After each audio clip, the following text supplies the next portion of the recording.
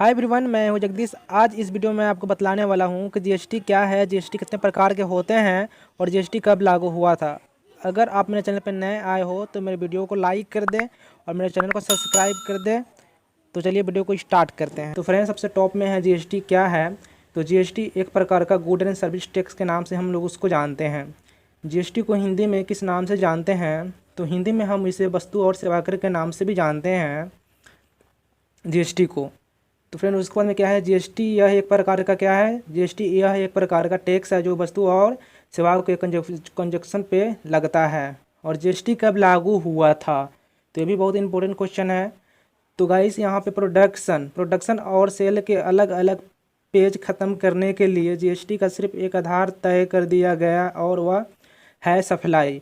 इसके लिए संसद में संविधान संशोधन प्रक्रिया अपनाई गई और जीएसटी कानून 1 जुलाई 2017 को भारत सरकार द्वारा पारित कर दिया गया था।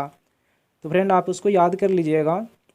अगला है जीएसटी कितने प्रकार के होते हैं। तो यहाँ पे जीएसटी जो है 3 प्रकार के होते हैं। तो एग्जांपल में the central good and service tax, जिसको हम बोलते हैं सीजीएसटी, और उसके बाद में सेकंड में है गुड एंड सर्विस टैक्स यानी एसजीएसटी, और थर्ड में है the integrated good and service tax यानी आईजीएसटी। फ्रेंड, तो इसको आप याद कर लीजिएगा फ्रेंड। तो चलिए अगले टॉपिक पर बढ़ते हैं। तो यहाँ पे आप देख सकते हैं जीएसटी जो है 3 प्रकार के हैं। तो नंबर 1 है central good and service tax. चलिए इसका हिंदी जानते हैं। माल का लेन देन अगर एक ही राज्य के 2 पक्षों के बीच में हो रहा है तो यह टैक्स सीजीएसटी यानी केंद्र सरकार को देना पड़ेगा। तो फ्रेंड, आपको इसको याद कर लेना है। तो दूसरा जो है आपका state good and service tax यानी जिसको बोलते हैं एसजीएसटी।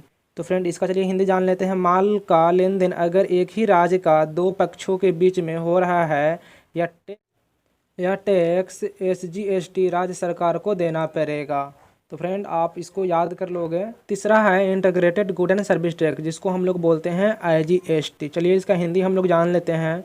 माल का लेन देन अगर अलग अलग स्टेटों के 2 पक्षों के बीच में हो रहा है तो यह टैक्स आईजीएसटी यानी केंद्र सरकार को देना पड़ेगा। तो फ्रेंड, याद कर लोगे। तो दोस्तों, कैसा लगा ये वीडियो? अगर अच्छा लगा तो मेरे वीडियो को लाइक कर दे और चैनल पर नए हैं तो मेरे चैनल को सब्सक्राइब करके बेल आइकन जरूर